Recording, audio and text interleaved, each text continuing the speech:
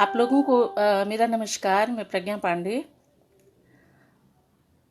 और ये जन सुलभ पुस्तकालय पर पहली बार हम आए हैं। जन सुलभ पुस्तकालय पर बहुत दिनों से कहानी पाठ हो रहे हैं और नित्य कार्यक्रम हो रहे हैं। और अर्पण कुमार जी से मेरी बात बहुत पहले हुई थी, लेकिन मेरे पास समय नहीं था। उस समय कुछ ऐसी व्यस्तता थी, यात्राएं थीं और बीच में कुछ समय बहुत परेशानी का था। तो अब जब चीज़ें थोड़ी सामान्य हो रही हैं तो फिर मेरी बात हुई और हमने कहा कि हाँ, बिल्कुल हमारी भी इच्छा है कि हम इस मंच पर आएं। तो अर्पण कुमार जी खुद भी साहित्यकार हैं, लिखते हैं और तो ये मेरा सौभाग्य हम मानेंगे कि यहाँ पर सुनने वाले लोग सारे गुणी लोग हैं, सभी कहानीकार हैं, सभी साहित्य की कद्र करने वाले लोग हैं। उनके बीच में बैठना हमें भी बहुत अच्छा लग रहा है। तो आप सभी लोगों का हम स्वागत करते हैं और सबको हम नमस्कार करते हैं। जैसे कि हमारी बात हुई अर्पण जी से, उन्होंने कहा कि हम अपनी रचनात्मक यात्रा जो है हमारी लेखन की या अपने जीवन से जुड़ी, साहित्य से जुड़ी जो हमारी बातें हैं, उनको हम यहाँ आप लोगों के बीच में शेयर करें, बांटें और अपनी एक कहानी का उसके बाद पाठ करें। तो हम खुद के बारे में ज़्यादा बात करना हमें परेशानी होती है, लेकिन फिर भी हम ज़रूर, अर्पण जी ने कहा है तो ज़रूर हम अपने बारे में भी बात करेंगे और अपनी साहित्यिक यात्रा के बारे में भी बात करेंगे। तो मेरा लिखना पढ़ना तो बहुत लिखना देर से शुरू हुआ, पढ़ना बहुत पहले से शुरू हो गया था। आमतौर पर जैसा होता है कि घर के अंदर किताबें होती हैं तो उनमें रुचि होती है और साहित्य के प्रति एक जिज्ञासा जो है भीतर उत्पन्न होती है। मेरे पिताजी खुद बहुत बड़े विद्वान थे भाषा के, वे कवि और अनुवादक भी थे। तो वहाँ से एक प्रेरणा और एक वातावरण मेरे घर के अंदर था और किताबें थीं, तो स्वाभाविक था कि पढ़ने की रुचि होती और वो हुई। प्रज्ञा रोहिणी, हाँ नमस्कार, आप आई, बहुत अच्छा लग रहा है। जया केतकी जी हैं, अर्पण कुमार जी को धन्यवाद मेरा, और लोग भी जुड़ रहे हैं। तब तक हम अपनी बात करते हैं। तो हमने जो पढ़ना शुरू किया, मेरी पहली किताब जो हमने पढ़ी, जब हमें साहित्य शब्द का बिल्कुल अर्थ नहीं मालूम था, ना मेरा कोई परिचय साहित्य से था, तब हमने जो किताब पढ़ी थी वो अमृतलाल नागर की किताब थी, ये कोठे वालियाँ।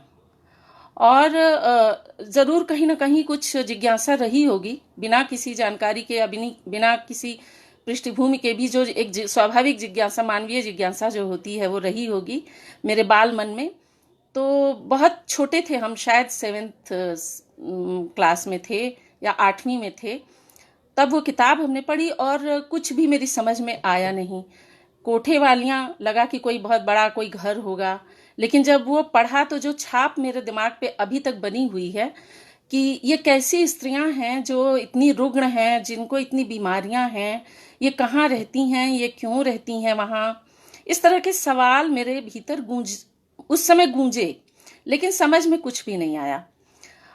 ये तो सबसे पहला, इसको हम साहित्य से परिचय नहीं कहेंगे क्योंकि तब साहित्य हम जानते नहीं थे, तो हमें मालूम नहीं ये हुआ कि ये साहित्य से जुड़ी कोई चीज़ है। ये तो कुछ ऐसा था जो हमने पढ़ा, बस इतना ही पता चला। लेकिन एक जुगुप्सा और एक वितृष्णा भी हुई कि ये कैसा जीवन है, ये क्या है। तो ये चीज़ तो वहाँ पर दिमाग में जमी और जो अभी तक उसी रूप में बैठी हुई है, चूँकि वो बहुत ही निश्चल मन होता है, तो वो तो अभी तक उसी तरह से वो जुगुप्सा वहाँ एक जगह बना करके बैठी हुई है, वो अभी तक ख़त्म नहीं हुई है।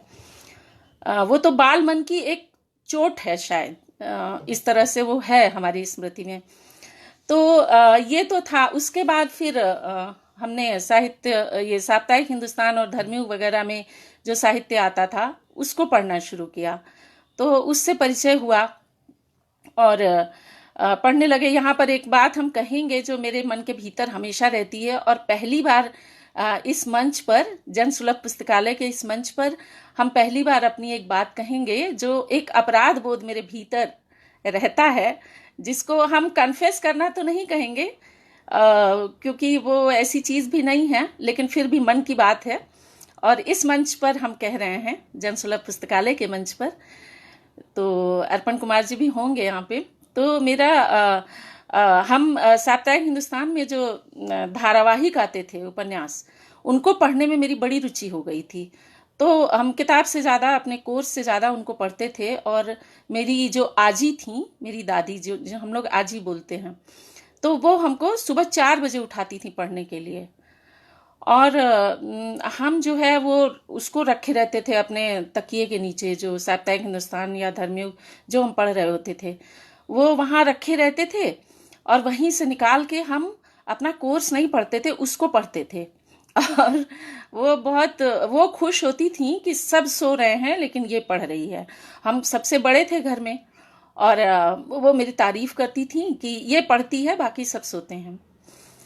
और हमें ये लगता था कि हम इनका कहीं ये असम्मान है, इनका कहीं ये अनादर है, हम चोरी कर रहे हैं, हम पढ़ कुछ और रहे हैं, और ये इतनी भोली हैं, इनको कुछ और मालूम है।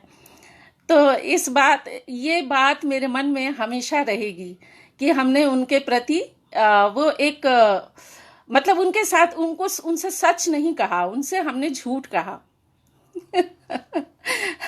हाँ, इन्हीं अपराधों ने कई लोगों को लेखक बनाया है, ये बात तो सच है। प्रज्ञा सही कह रही हैं।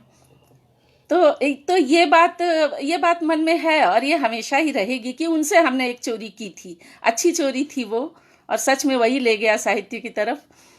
तो इस तरह से ये उपन्यास पढ़े, फिर उसके बाद रानू का उपन्यास पढ़ा, वो बड़ा रोमांटिक और बहुत अच्छा लगा, वो उसके सपने आया करते थे। तो इस तरह से फिर साहित्य पढ़ना एकदम, उसके बिना फिर कुछ भी शायद अच्छा नहीं लगता था। सब कुछ, सबसे अधिक अच्छा अगर कुछ लगता था तो साहित्य लगता था, यानी कविताएं लगती थीं। साहित्य के नाम पर कविताएं लगती थीं। हमसे एक बार किसी ने पूछा, मेरी एक सहेली जिसको कविता से कोई मतलब नहीं था, उसने एक बार हमसे पूछा कि तुमको क्या चीज़ सबसे अधिक अच्छी लगती है? तो हमने कहा कविता। तो उसने कहा कविता, ये कौन सी अच्छी लगने की चीज़ है?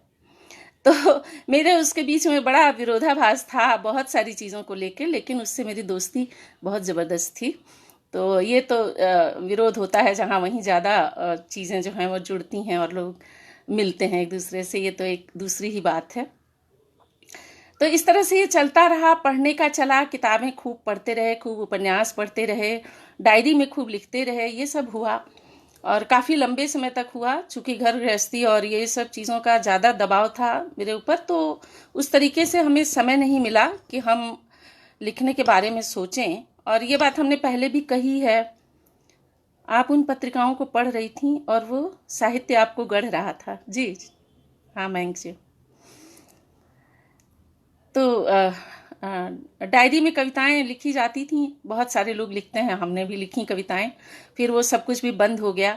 फिर प्रभा खेतान का जब द सेकंड सेक्स पढ़ा, तो उसके पहले सब कुछ अच्छा था, जब उसको पढ़ा तो मेरे दिमाग के अंदर एकदम से खलबली हो गई कि ये सब कुछ जो अच्छा है, ये सब कुछ अच्छा नहीं है, ये सब कुछ गड़बड़ है। और फिर वो हम उसी दृष्टि से सिमोन de beauvoir का लिखा हुआ, जिसका अनुवाद प्रभा खेतान जी ने किया था, तो वहाँ से फिर मेरी विचार श्रृंखला, हाँ स्वागत है गीता पंडित जी आपका, वहाँ से विचार करने की जो विचार श्रृंखला थी वो शुरू हुई, और एक विद्रोह जो पनपता है वो शुरू हुआ।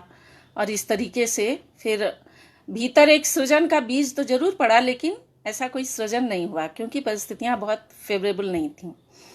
तो इस तरह से चलता रहा। फिर हम लखनऊ आ गए, इलाहाबाद से लखनऊ आए, और यहाँ पर साहित्यिक गोष्ठियाँ और इन सब जगहों पे हमने जुड़ना शुरू कर दिया। तो वो बहुत अच्छा रहा, हमारे मन की चीज़ हो गई कि हम कहते थे कि लिपस्टिक नहीं खरीदनी है, हमको किताब खरीदनी है। हम पैसे बचाते थे, किताबें खरीदते थे। और एक बार हमसे किसी ने कहा कि आप जैसी स्त्री को किताब की दुकान पे, हमने पहली बार देखा कि ऐसी स्त्री किताब की दुकान पे इतनी देर तक रहती है, वो किताबों के बीच में पड़ी हुई है, क्योंकि हम तो खाना बनाने वालों में से थे। तो किताबों के बीच में आप इतनी देर से खड़ी हैं, आप इतना समय किताबों को दे रही हैं। तो ये सब चीज़ें भी हमको कहीं ना कहीं जगाती थी कि शायद कुछ और है मेरे अंदर जिसको आना चाहिए बाहर। तो यही चीज़ें हैं जो आपको रास्ता दिखाती हैं और छोटी छोटी चीज़ें आपको बताती रहती हैं कि किस रास्ते पे चलना है और क्या करना है। तो आपकी जो चाह होती है, जो आपकी चाहत होती है, आप वो रास्ता फिर उधर जाने के लिए अपने आप भी शायद गढ़ने लगते हैं। ये सबके साथ होता है, मेरे साथ भी ऐसा हुआ। तो इसी तरह से चलता रहा। लखनऊ आए तो बहुत सारे साहित्यकारों से मिले, बहुत से लोगों से मिले और लिखने के बारे में सोचना भी शुरू किया। फिर लिखना भी शुरू किया और हमने अपनी जो पहली कहानी मेरी थी उसको हमने काफ़ी दिन लिखा। उसके ऊपर मुझे विश्वास होता ही नहीं था। तो 1 साल तक तो उसको लिखा हमने। फिर वो लगा कि शायद हम भेजें इसको कहीं और ये छपे। तो हमने उसको हंस में भेजा छपने के लिए। तब तक हम काफ़ी लोगों से जुड़ चुके थे। तो हालांकि हमें कोई जानता नहीं था, हम जानते थे बहुत सारे लोगों को, हमें कोई नहीं जानता था क्योंकि मेरा तो कहीं कुछ छपा नहीं था, ना कहीं कुछ प्रकाशित था। एक कविताएं कहीं छप गई थी। तो फिर मेरी पहली कहानी जब हंस में छपने के लिए गई तो सब सुनाई दे रहा है? मेरी आवाज़ आ रही है ना? ठीक है। तो जब पहली कहानी छपने को गई तो उसको संजीव जी ने स्वीकृत किया। और संजीव जी जो कथाकार है, वरिष्ठ कथाकार, उन्होंने हमको फ़ोन किया और कहा कि आपकी कहानी हमने स्वीकृत की है हंस के लिए। तो अच्छा लगा और खुशी हुई, स्वाभाविक था। फिर हम राजेंद्र जी से मिलने गए। उनकी तबीयत जब बहुत ज़्यादा ख़राब थी। हाँ, धन्यवाद प्रज्ञा। तो उनकी तबीयत बहुत ख़राब थी, तब हम राजेंद्र यादव जी से मिलने गए और उनका स्वास्थ्य हालचाल लेने के लिए उनसे हमारी बहुत बातें हुई, बहुत बात हुई। उन्होंने पूछा कि सबसे अच्छी लेखिका कौन है तुम्हारी दृष्टि में? तुम किसको सबसे अच्छी लेखिका कहोगी, जो तुम्हें बहुत अधिक पसंद है? उषा दीदी प्रणाम। तो उस समय हमने प्रभा खेतान का नाम लिया। तो उन्होंने कहा क्यों? तो हमने कहा कि उन्होंने अपने जीवन को बिल्कुल बेबाकी से लिखा है और उन्होंने कुछ भी छुपाया नहीं है। उन्होंने अपना जो उनका बुरा पक्ष था, जो बदसूरत जिसको कहेंगे, जीवन की बदसूरती, उसको भी उन्होंने बेबाकी से लिखा है। जी दीदी, आप आ गई हैं, स्वागत है आपका। तो चलते चलते राजेंद्र जी से मेरी बहुत देर तक बात हुई। हम 3 घंटे उनसे बात करते रहे, बहुत अच्छी बातचीत हुई। चलते हुए हमने उनसे कहा कि मेरी कहानी प्रकाशन के लिए आई है और स्वीकृत हो गई है, लेकिन अभी तक छपी नहीं है, समय लग रहा है थोड़ा। तो उन्होंने कहा हाँ, तुम्हारी कहानी आई है और मैंने अभी देखा नहीं है, मैं मंगाता हूँ उसको। तो उन्होंने मेरी कहानी मंगाई और उसको उन्होंने देखा। फिर उसके बाद उनका फ़ोन आया मेरे पास। तो उन्होंने कहा कि तुम्हारी कहानी मेरे मूड की नहीं है लेकिन तुम्हारी कहानी छप रही है क्योंकि उसको संजीव जी ने स्वीकृत किया है। तो राजेंद्र यादव जी तो सीधी बात करते थे और वो बहुत शानदार संपादक थे। उनके जैसा संपादक होना बहुत कठिन है। तो वो सबके लिए जगह बनाते थे और वो सामने वाले से जब बात करते थे तो लगता था कि उनको कुछ नहीं आता है और सामने वाला बहुत बड़ा विद्वान है।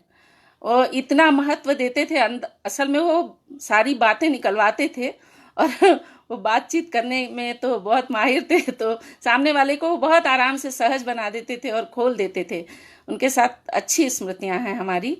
उनके बारे में जो भी बातें उल्टी सीधी कही गई हैं, हम इत्तेफाक इसलिए नहीं रखते क्योंकि हम तो उनसे बहुत अकेले बैठे, 4-4 घंटे बैठे, इतनी बातें की। तो वो सारी चीज़ें अपनी जगह पे, वो बहुत बड़े साहित्यकार और बहुत बड़े संपादक थे, वो बात तो अपनी जगह पे है। धीरे धीरे हम अब अपने पाठ की तरफ, अपनी बातचीत जो कहानियों का है सिलसिला, उस पर आना चाहेंगे अब। तो मेरी कहानियाँ जो हैं वो अधिकतर तो स्त्री पर आधारित हैं, स्त्री केंद्रित कहानियाँ हैं, क्योंकि स्त्री का बहुत दुख है। ये सब बातें बहुत बार हमने भी कही हैं कई बार कि उनके बड़े दुख हैं और उनकी बातें उस तरह से आती नहीं हैं जिस तरह उनको आना चाहिए। उनका जो अंतर मन है, जो बहुत बंद है बिल्कुल, उसको खुलना चाहिए। तो उसकी खोज है मेरी तरफ से, उसकी खोज है हम जो करते हैं वो मेरा यही है कि हम मन की उस थाह तक पहुँचें और उस मन को सामने अगर ला सकें तो बस ये कोशिश है कि वो मन सामने, स्त्री का वो मन, उसकी इच्छाएं जो हैं, जो कुंठाएं हैं, वो खुलें और वो चीज़ें सामने आएं। तो इसी क्रम में एक बात यह है कि एक किताब अभी हमने पढ़ी, उषा किरण खान जी की, जो वरिष्ठ लेखिका हैं, मैं एक बलुआ प्रस्तर खंड। ये किताब बहुत अच्छी लगी। इसमें उषा दीदी ने पूर्व वैदिक काल की स्त्री से लेकर के आधुनिक स्त्री तक उन्होंने बहुत संक्षिप्त में, बहुत ही कम शब्दों में और बहुत सुंदर परिचय दिया है। तो इस किताब ने चकित किया थोड़ा। जो भी स्त्री जीवन को जानना चाहेगा या रुचि रखेगा, निश्चित रूप से वो इसको पढ़ना चाहेगा।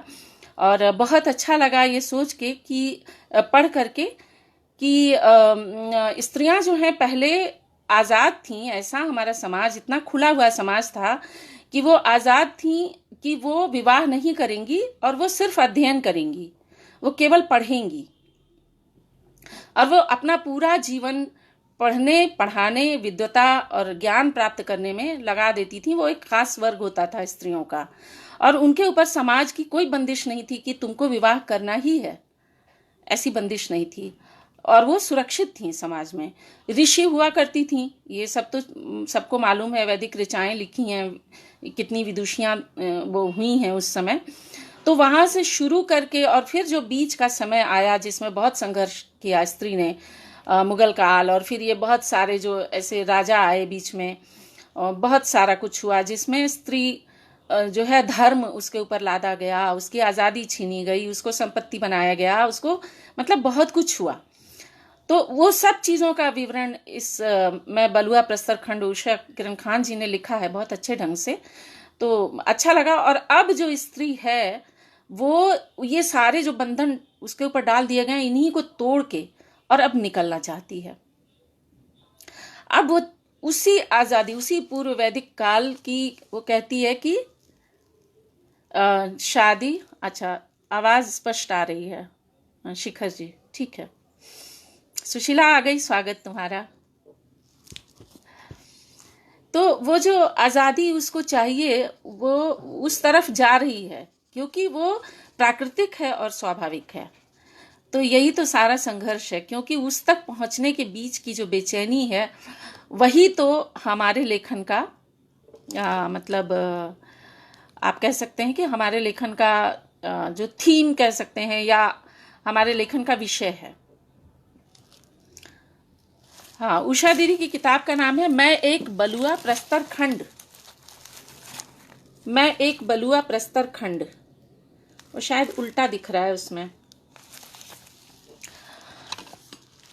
तो ये जो यात्रा है स्त्री की, तो ये चल रही है और अभी तो बहुत सारी चीज़ों को तोड़ना, काटना, फेंकना है। जब वो ये कह सके कि हम विवाह नहीं करेंगे, हम अकेले रहेंगे और वो सुरक्षित रहे। क्योंकि ये निर्णय लेना तो बहुत आसान है, लेकिन समाज की जो जिम्मेदारी है और जो सुरक्षा उसको चाहिए कि जो वो करना चाहती है वो करे, ये वातावरण बनने में बहुत समय लगेगा और उसको लेकर के ही सारी लड़ाई है। जी, मैं एक बलुआ प्रस्तर खंड। तो ये है सारा जो भी है। मतलब मेरा तो लिखने का, मेरा जो है, हमें लगता है अगर हम कहें एक शब्दों में, एक वाक्य में या कुछ वाक्यों में, तो हमें लगता है कि आत्म साक्षात्कार है। जी हाँ, अमेजॉन पे है, ये अमेजॉन पे है। राजपाल से आई है। तो ये लिखना जो है एक तरह से आत्म साक्षात्कार है कि हम अपने भीतर चीज़ों को ग्रहण करके और फिर उससे खुद मिलते हैं जा करके, और फिर जो हमारी दृष्टि होती है, जो हमारी बेचैनी होती है, जो हम महसूस करते हैं दर्द या दुख या जो होना चाहिए, वो फिर हम अपने हिसाब से लिखते हैं। तो आत्म साक्षात्कार है कहीं ना कहीं लेखन जो है। तो इतनी बात तो हमने कर ली, और हमें क्या बात करनी है, और कुछ विशेष अगर हो तो ज़रूर करेंगे। आज जो कहानी हमको पढ़नी है, वो कहानी मेरी प्रकाशित हुई थी पुनर्नवा में, दैनिक जागरण का जो आता है एक छमाही साहित्य विशेषांक आता है, तो उसमें मेरी कहानी प्रकाशित हुई थी 33 साल की लड़की के नाम से। और फिर वो कहानी जब मेरे संग्रह में आई तो उसको मेरे एक मित्र ने सुझाव दिया कि इसका नाम सुराख रखें, तो संग्रह में ये सुराख नाम से है।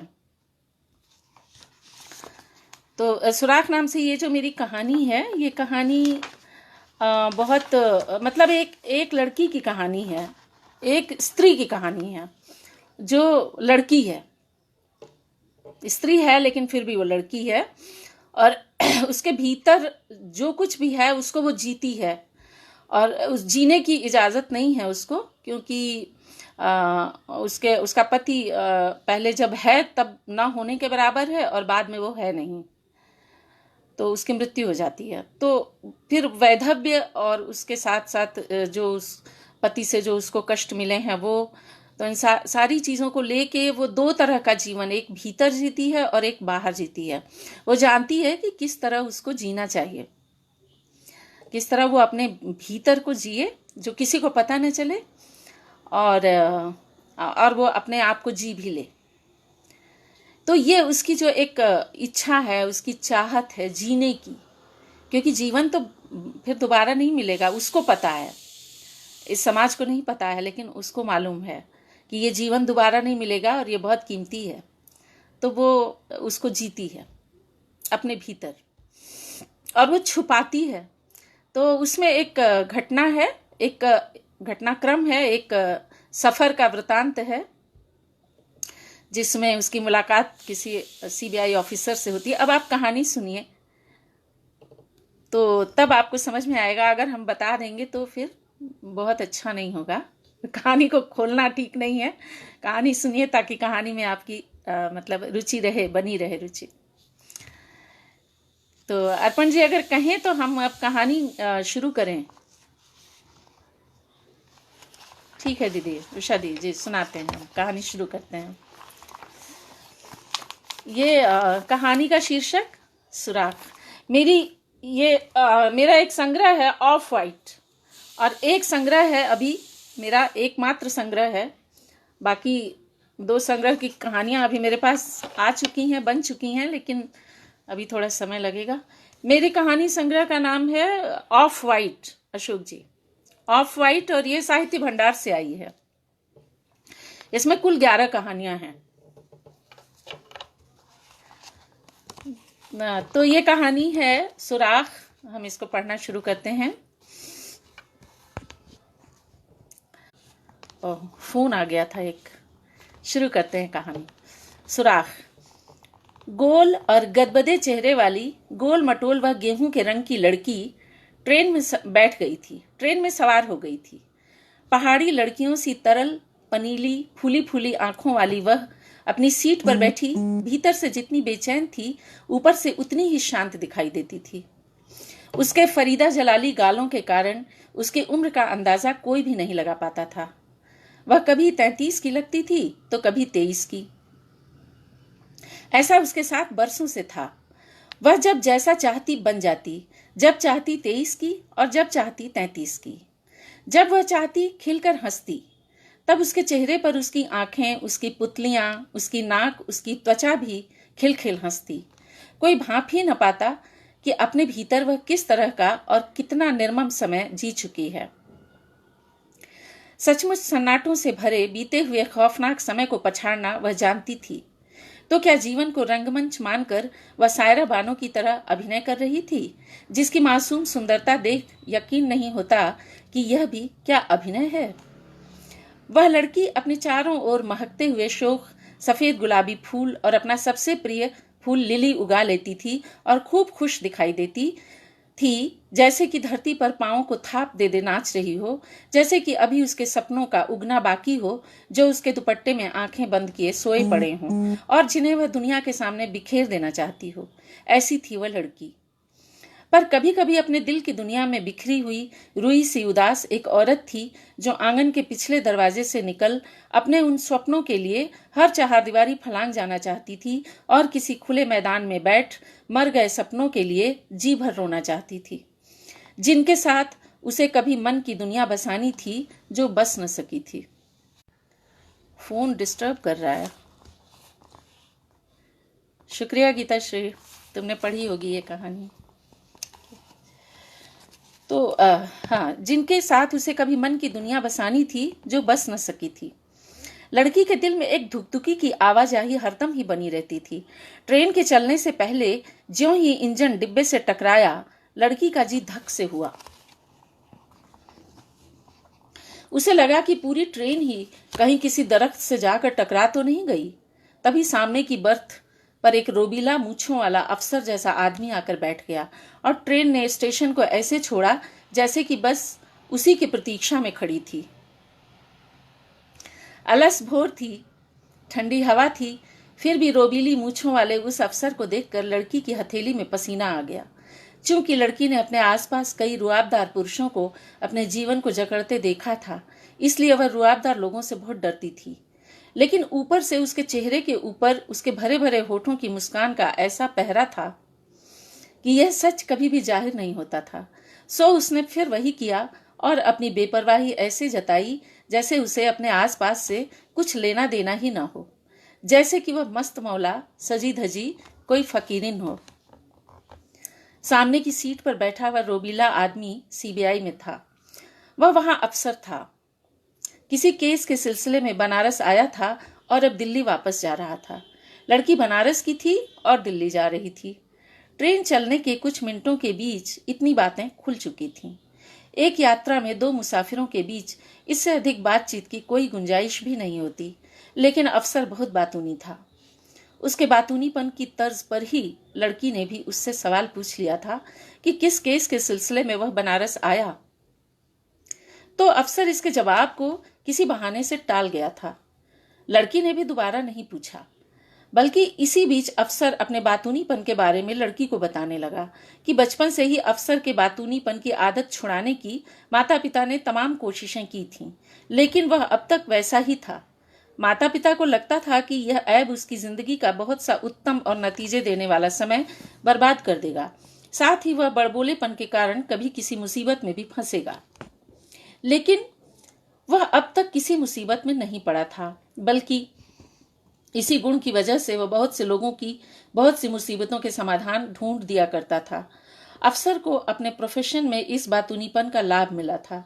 अपनी इसी आदत के कारण वह बहुत जल्दी जल्दी कामयाबी की सीढ़ियां चढ़ गया था, क्योंकि अफसर किसी को न तो अप्रिय बोलता था न दुश्मनी ही मोल लेता था। वह तो पेट की दाढ़ी भी बाहर निकाल लाता था और इसीलिए वह खुद को किसी के अंतर मन में झांक लेने का माहिर समझता था।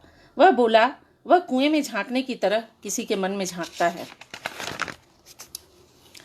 लड़की कुछ अधिक ही सतर्क हो गई थी। वह बाहरी लोगों से अधिक बातचीत करना तब तक पसंद नहीं करती थी जब तक संभव हो। वह अपनों से तो खुली किताब थी, पर परायों के सामने तालाबंद एक कमरा थी। यूं तो अफसर देखने में जितना रोबीला था, बोलने में उतना रोबीला सचमुच नहीं था।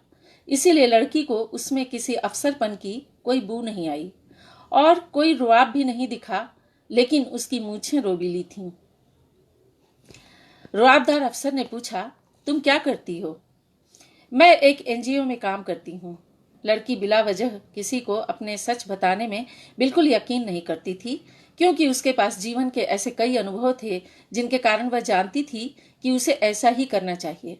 जाने कैसे कैसे डर थे उसके भीतर, जिन्हें संभालना उसके ही वश में था, किसी और के नहीं। तब किसी को बताने का लाभ ही क्या था? एनजीओ का नाम क्या है? अफसर ने पूछा। एडुकाम एंड नेशन। वे लोग भारत में शिक्षा पर काम करते हैं। भारत की गरीबी कम करने और भारत को साक्षर बनाने के लिए वर्ल्ड बैंक ने उन्हें पैसे दिए हैं। लड़की ने एक संपर्क से मन ही मन नाता जोड़ लिया था और बेझिझक बहुत इत्मीनान से अफसर से बातें करने लगी थी। अफसर को देश विदेश के सारे एनजीओज का काला चिट्ठा बहुत मालूम था। उसके पास एक अंतर्दृष्टि भी थी। अपने बारे में यह भी उसका मानना था कि सूक्ष्म आर्थिक अपराध और अपराधियों को वह दूर से ही पहचान लेता है, लेकिन सच तो यह था कि अपना रौब झाड़ने में कभी कभी वह दूसरों के सामने बहक भी जाता था। वह कहता, मैं उड़ती चिड़िया के पंख पहचानता हूँ और उनके पर गिन सकता हूँ। उसे लड़की मासूम लगी। उसने सोचा, यह क्या कर सकती है, अपराध तो ऊपर बैठे लोग करते हैं, यह तो उस बड़ी माला का एक ऐसा मोती है जिसे निकालकर पूरी माला 2 सेकंड में फिर गुंथ जाएगी और वहां इसके होने की कोई निशानी भी नहीं छूटेगी, और जो कोई चाहे तो इसे माले में ही गूंथ के खत्म कर दे। अच्छा, तो फिर यहाँ किस लिए? अफसर ने पूछा। यहाँ 3-4 दिन दिल्ली और आसपास की झुग्गियों का सर्वे करके रिपोर्ट बनानी है मुझे। लड़की ने बहुत सहजता से मुकम्मल जवाब दे दिया। ओह, तो काफी सीरियस काम है आपका। अफसर बाल की खाल निकालने में जुटा सा लगा। लड़की भीतर के भी भीतर थोड़ा डरी ही थी कि उस रुआबदार अफसर ने तुरंत ही पूछ लिया, ओह, तो आपको यहाँ की झुग्गी झोपड़ियों के अते पते मालूम हैं? लड़की जवाब के लिए तैयार थी। नहीं, मुझे तो कुछ नहीं मालूम, मेरे जो लोग यहाँ हैं वे ही मुझे गाइड करेंगे। इसके बाद की बारीकी में अफसर नहीं गया। उसने अपनी सुडौल स्वस्थ गर्दन हाँ में हिलाई। उसने पूछा, माँ बाप कहाँ हैं, क्या करते हैं? पिता तो रिटायर हो चुके हैं, माँ घर में ही रहती हैं। लड़की 10 साल पीछे पहुंच गई थी। लड़की ने अपनी भाव भंगिमा से यह संकेत दे देना ठीक समझा था कि वह अब तक अविवाहित है। विवाहित स्त्री और अकेली माँ पर कैसी कैसी निगाहें रखते हैं लोग और यह समाज। यह सब भुगतने के बाद ही लड़की इस नतीजे पर पहुंची थी। इस बीच उसकी बेटी का फोन आया और वह उसे काटकर SMS को माध्यम बना उससे बात करने लगी। कोई बड़ी बात नहीं थी यह कहने में कि वह फोन डिस्टर्ब कर रहा है।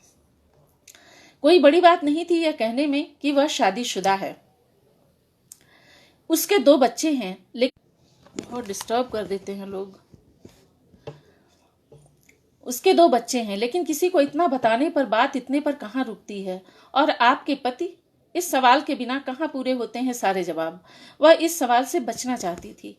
वैसे तो शादी के 2 साल बाद से ही लगभग उसने यह बताना छोड़ ही दिया था कि वह शादीशुदा है, क्योंकि शादी उसकी दुखती रग थी जिसे बार बार छेड़ने पर वह खासे दर्द का अनुभव करती थी।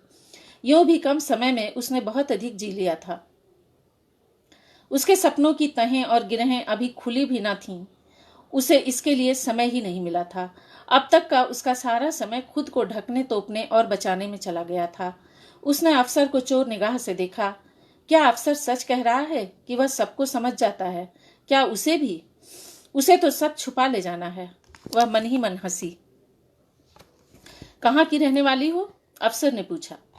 कैसे बताए कि वह आज भी अरावली की पहाड़ियों के बीच ही रहती है। वर्षों बीत गए वहां गए हुए, और उसे एक ठहरी हुई गाढ़ी शाम को जिए। फिर भी लड़की धीरे से अपने भीतर उतर गई। प्रेम में पड़ विवाह किया था उसने, प्रेम में ही रह गई होती। विवाह क्यों किया उसे बार बार लगता, लेकिन उसके लगने से क्या हुआ? दुनिया की सबसे पुरानी पहाड़ियों के बीच घूमती वह शाम उसी तरह बीत गई होती तो क्या कोई शिकायत की होती उसने? उसके साथ कितनी मधुर थी वह शाम। उसे पत्थरों के बीच बना एकाकी मंदिर याद आ गया। वह वहां न रहा होता तो उसने भी कोई कसम न ली होती। वहां लाल जोड़े में सजी धजी एक दुल्हन और पीली धोती और पीला कुर्ता पहने गांठ जोड़े वह जोड़ा जो न मिला होता तो वह उस शाम को दिल में बसाए अपने घर चली आई होती। उस जोड़े को देखती संजीव की आंखों की कशिश ने वहीं एक ऐसी कसम दे दी कि वह अपना जीवन बिना सोचे समझे उसे सौंप घर लौट आई थी। अचानक कौंधा, वह जोड़ा कैसा होगा? पत्थरों के बीच बने उस मंदिर की चट्टान पर बैठ एक आरक्त चुंबन के आतुर इंतजार में ढलते सूरज को देखना और झिलमिल अंधेरे के आते ही झट घर आने के लिए उसकी बाहों के घेरे को तोड़कर अपनी कलाइयों को उसकी मुलायम पकड़ से छुड़ा लेने की स्मृति जीने के लिए क्या बहुत नहीं होती? उन चंद पलों में उसे एक बड़ा फैसला कर लेना चाहिए था, लेकिन बावजूद इसके उसने आगे भी बड़े फैसले चंद पलों में ही लिए। जैसे संजीव से अलग होने का फैसला एक छत के नीचे रहते हुए भी संभव किया। उसी दिन जिस दिन उसने उसके स्कूल के लिए निकलते समय उसकी बेटियों के सामने ही उससे कहा था, धंधा करने जा रही हो?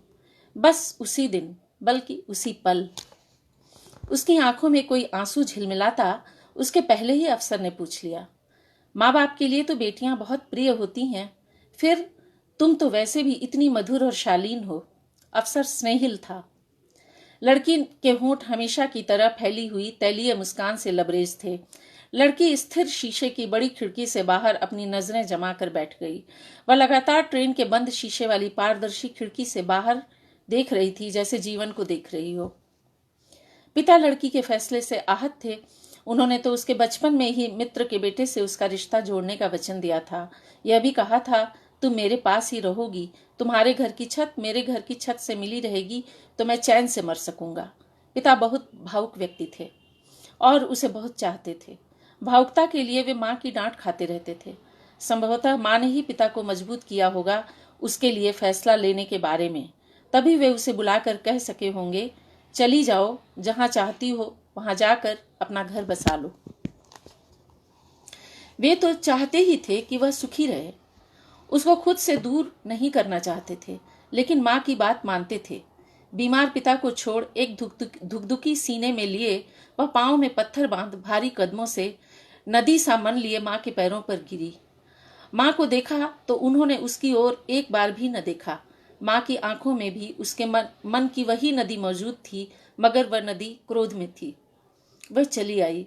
कच्ची मिट्टी के अहाते वाले आंगन से बाहर आते हुए वहां बने इक्कट दुक्कट की गहरी रेखाओं ने उसे रोका था, लेकिन उसने दिल पर हाथ रखकर उनसे कहा, फिर आऊंगी। पिता मर गए, घर बिक गया, वह दोबारा जा न सकी। एक बार इतना बड़ा फैसला लेने के बाद पिता के रहते वह वापस जाती तो क्या उसे अपने ही घर में पनाह मिलती? क्या पिता उसे माफ कर देते?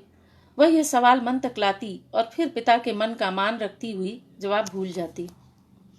अफसर जितनी देर चुपचाप बैठा रहा उतनी देर लड़की यही सब सोचती रही। उसके चेहरे की मायूसी उसकी चुगली कर जाए उससे पहले वह अफसर की ओर देख मुस्कुरा देती। माँ बाप बेटियों के विवाह की चिंता सबसे अधिक करते हैं।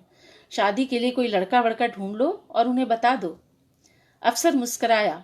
वह लड़की से बात करने के मूड में था। शादी की बात पीछा नहीं छोड़ेगी। लड़की को झल्लाहट हुई। फिर भी जाने क्यों लड़की को अफसर भला लग रहा था। उससे बात करना अच्छा लग रहा था। नहीं तो अब तक तो वह हमेशा ही डर के घेरों में रहकर जीने वाली लड़की हो गई थी। पहली बार वह किसी सहयात्री को इतनी छूट दे रही थी। अफसर की लड़का वड़का ढूंढने की बात पर वह कुछ शर्म से मुस्कुरा पड़ी। कुंवारी लड़की को लड़के की बात पर जिस तरह मुस्कुराना चाहिए ठीक उसी तरह। और फिर खिड़की से बाहर देखने लगी। यह सब वह अक्सर किया करती थी, तभी तो वह 23 की हो जाती थी। उसका मन सचमुच 23 पर ही आंखें मूंदे बैठा था। यही सच था, क्योंकि उसके सपनों की तो तहें भी अभी नहीं खुली थीं। अब तो 2 बेटियां भी हैं। उसने बेटी को SMS भेजा, रिनू सो जाओ, अपना ख्याल रखना और बाहर का दरवाजा ठीक से बंद कर लेना। Okay, take care, good night माँ। बेटी का जवाब भी आ गया। अफसर की आंखों की मुलायमियत से जाहिर था कि वह लड़की को किसी के प्रेम में मान रहा है। जरूर ये उसी को SMS भेज रही होगी। लड़की ने सोचा, वह ऐसा ही सोच रहा होगा। अफसर ने सोचा, लड़कियां सही मायनों में शादी करना भले ही न जानती हों, पर वे प्रेम करना जानती हैं। अफसर को याद आया कि जिस लड़की से अफसर ने प्रेम किया उसने उससे विवाह नहीं किया, और जिससे अफसर ने विवाह किया उससे उसको कभी प्रेम नहीं हुआ। वह अपनी प्रेमिका के बारे में अक्सर सोचता और एक चालू सा शेर याद करता, कुछ तो मजबूरियां रही होंगी, यूं ही कोई बेवफा नहीं होता। अफसर सामने बैठी किसी भी लड़की में अपनी प्रेमिका को ढूंढता। खाली समय में अफसर यह खेल खुद के साथ खेलता। तब वह वापस उस उम्र के पड़ाव पर खड़ा होता। एक छत के नीचे रहते हुए लड़की ने संजीव से रिश्ते तोड़ लिए और खुद को कुंवारी कहने लगी। जब वह नशे में होता उसे बहुत प्यार करता, उसे आवाज देता, बुलाता, उसे गाना सुनाता, उसे रिझाता, लेकिन लड़की का दिल टूट चुका था। वह पति से नहीं, उस प्रेमी से बेसाख्ता नाराज थी जो उसे अरावली की पहाड़ियों में मिला था। उसकी नाराजगी इस जन्म में तो नहीं टूटने वाली। उसने सोचा था कि एक बार अपने रास्ते पर चलना सीख ले, तब संजीव से एक एक पल का हिसाब करेगी। लेकिन ढेरों सवाल उसके पास रह गए। लड़की के पांव तले से जमीन खिसक गई जब उसने पहली बार शराब के नशे में धुत अपने पति को देखा था। लड़की के पांव के तले के नीचे से जमीन तब खिसक गई थी जब उसने पहली बार शराब के नशे में धुत उसे देखा था। उसके बाद उसके छोटे छोटे गहने बिकने लगे थे। उसने फटकार कर मनुहार कर कहा, क्यों नहीं छोड़ देते इसे। तब एक दिन संजीव ने कहा और उसने सुना था। लड़की की आंखों के आगे कई दिनों तक वही सब घूमता रहा था। पापा पीने वाले को जहां भी देखते पीटने लगते थे। पार्टी में शराब पीने वालों को बख्शते नहीं थे। वे शराब की महक पाते ही वहशी की तरह किसी के भी घर में चल रही पार्टी में हंगामा करते थे और गाली गलौज कर पार्टी छोड़कर चले आते थे। हम सारे भाई बहन और माँ अंधेरी रातों में बिना कुछ भी खाए पिए उनके पीछे पीछे भागते घर चले आते थे। पापा के इस चेहरे से मैं इतना डरने लगा कि मुझे भय के दौरे पड़ने लगे। मेरे पांव कांपते थे, डरावने सपने आते थे। एक बार उन्होंने मेरे जिगरी यार को पीटा था, मेरे जिगरी यार को, और उसी दिन मैं पी कर घर आया था। उन्होंने ही दरवाज़ा खोला था और मुझे देखते ही सहम गए थे। मैं उनकी वह निगाह नहीं भूल सकता। उनकी निगाहों में वही याचना थी जो मेरी निगाहों में थी जब मेरे जिगरी यार को मेरे ही घर की पार्टी में सबके बीच में पटक पटक कर मारा था उन्होंने। इसीलिए मैं पीता हूँ, बल्कि शराब मुझे पीती है, और तब से ही मुझे भय के दौरे भी नहीं पड़ते। जब तक मैं जिंदा हूँ तब तक ये मुझे पीती रहेगी या मैं इसे पीता रहूंगा। लड़की ने हताशा में एक बार मर जाने की कोशिश की थी। अपने हाथ की नस काट ली थी, लेकिन संजीव ने उसे बचा लिया था। संजीव ने अपने बच्चों के लिए उसे बचाया था। वह नशे में आपे से बाहर हो जाता था। किससे मिलने जाती हो? कौन है तुम्हारा यार? कभी हमें भी मिलवा दो। यह श्रृंगार किसके लिए? बोलो। वह मारने दौड़ता, फैशन, इसे उतारो। वह डर जाती, कांपती, रोती, फिर पहनने लगती वही पुराने कपड़े। शराब के नशे में वह घर के बाहर घूम घूम कहने लगता, इसके चाल चलन ठीक नहीं है। नशे में खूब बहकता वह। अफसर की नजर बचाकर लड़की ने अपनी कलाई पर पड़े उस कटे हुए निशान को देखा और झट दुपट्टे में छुपा लिया। एक दिन संजीव अचानक दुनिया को अलविदा कह के चल दिया और फिर कभी न लौटने के लिए उस पर मुस्कराता निकल गया। लड़की के लिए संजीव का यह धोखा नाकाबिले बर्दाश्त था। सदमे से बाहर आने में उसे कुछ साल लग गए। उसने खुद को संभाला और खूब संभाला। घर की ड्योढ़ी के अंदर वह औरत थी और ड्योढ़ी के बाहर एक लड़की। बीच में एक सुराख था, वह उसी से आना जाना करती। कोई न देख पाता। एक दिन उसके शोक दुपट्टे को अलगनी पर सूखते देख उसके देवर ने आंखें निकालकर कड़क आवाज में उससे पूछा था, यह शोक रंग तुम्हारा है? वह सकपका कर बोली, नहीं, रिन्नू का। वह बच गई थी। वह अभिनय करने वाली फकीरिन हो गई थी। अपने सपनों को जीने के लिए, सारे रंग पहनने के लिए, अपने कोरे दुपट्टों में रंग भरने के लिए, जीने का अभिनय करने के लिए उसे दूसरा जन्म लेने की जरूरत नहीं थी। उसे मालूम था कि जिंदगी लिली के फूलों सी है, खूबसूरत, जी लो जितना जीना है। उसे लगता उसके आसपास के लोगों को यह नहीं मालूम था, नहीं तो उसे फकीरिन बनना ही क्यों पड़ता। अपने काले कटे बाल वह क्लिप में छुपा कर रखती। पतले चूड़ीदार पैजामे, कांच की चूड़ियां, इत्र की शीशियां, सुरमा, काजल वह सफर के लिए रखती। अरे लो भाई, खाना आ गया है।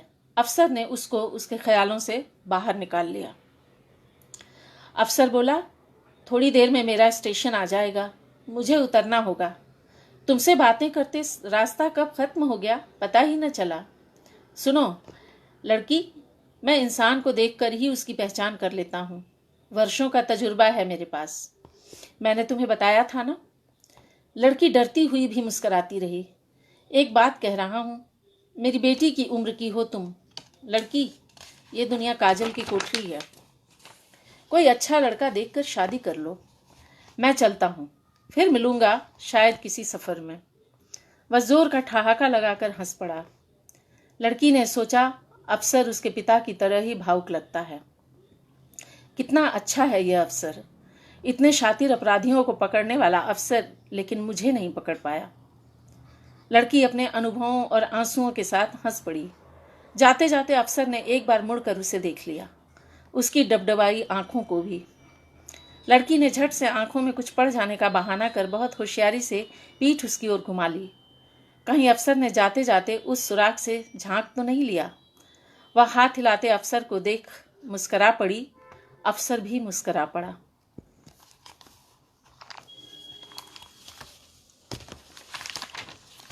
बस कहानी खत्म, सुराख।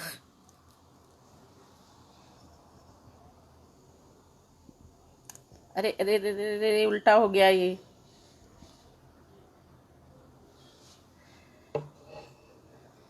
तो और कमेंट्स आ रहे थे और हम कमेंट्स देख भी रहे थे पढ़ते हुए। लड़कियां प्रेम करना जानती हैं, कोई पुरुष इस बात को समझ ले तो क्या बात। गीताश्री, बढ़िया कहानी। भाव प्रवण, सोनू जी कह रहे हैं वह 23 की हो जाती थी। अरे टच हो जाता है ये। तारावती जी, डॉक्टर सुनीता हैं, नमस्कार। अनीता जैन जी नमस्कार। वंदना गुप्ता नमस्कार। आप लोगों को कहानी अच्छी लगी, बहुत धन्यवाद। स्त्री मन की को अभिव्यक्ति देती बेहतरीन कहानी, शुक्रिया तारावती जी। शिखर त्रिपाठी जी, जया केतकी जी, सभी लोगों को हम शुक्रिया कहना चाहते हैं, और जनसुलभ मंच को, अर्पण जी को। कहानी रोचक, गीताश्री ने कहा। सोनू जी कह रहे हैं सुंदर शुरुआत। उदय भान पांडे जी हैं। तारावती जी का बड़ा ये है एक कमेंट। कई स्त्रियां अब अविवाहित रहकर अकेले अपने हिसाब से जीवन जीने का निर्णय करने लगी हैं। हालांकि अभी संख्या बहुत कम है, पर यह शुभ है, शुभ संकेत है। वैसे तो अमृता प्रीतम जैसी लेखिका बहुत पहले ही शुरुआत कर चुकी हैं। हाँ, सही कह रही हैं, बिल्कुल सही है। अशोक मिश्रा जी, जी साहित्य भंडार से है जी, बिल्कुल धन्यवाद आपको। मंगाएं, बिल्कुल मंगाएं। उषा दीदी भी हैं, और हमको बहुत अच्छी लगी दीदी की किताब, तो हमने उसकी चर्चा भी की यहाँ पर। हम लोगों को पढ़ना चाहिए, स्त्रियों के लिए बहुत प्रेरक है।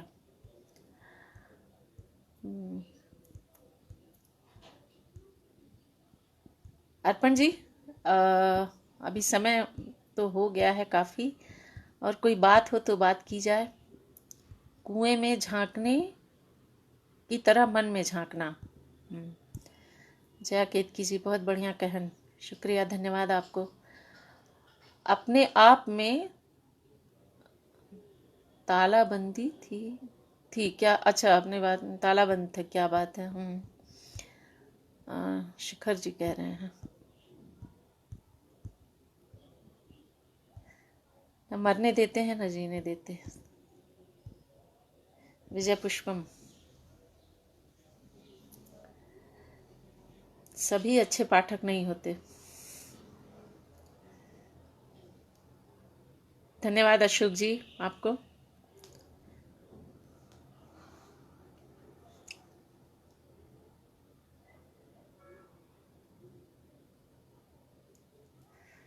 अच्छा, सोनू जी कह रहे हैं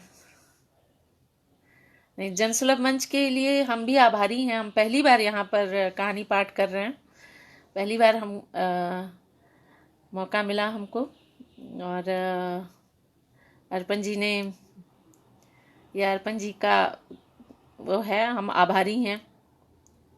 उनकी सदाशयता है, उन्होंने मौका दिया हमें।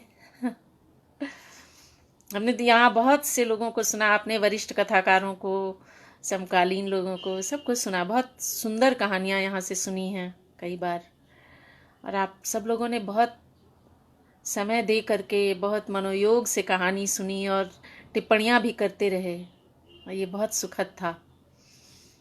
तो अर्पण जी अगर कहें तो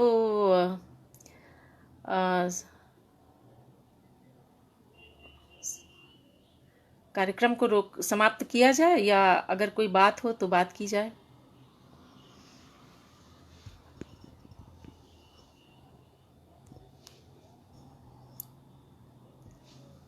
अर्पण जी,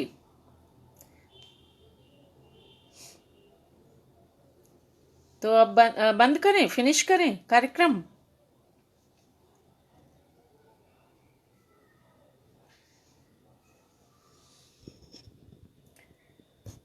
अर्पण जी का मैसेज आ जाए। जी, बहुत धन्यवाद आपको भी, बहुत धन्यवाद, और हम आभार प्रकट करते हैं आपके इस मंच का। और हम सभी सुनने वाले लोगों के प्रति आभारी हैं। बहुत धन्यवाद।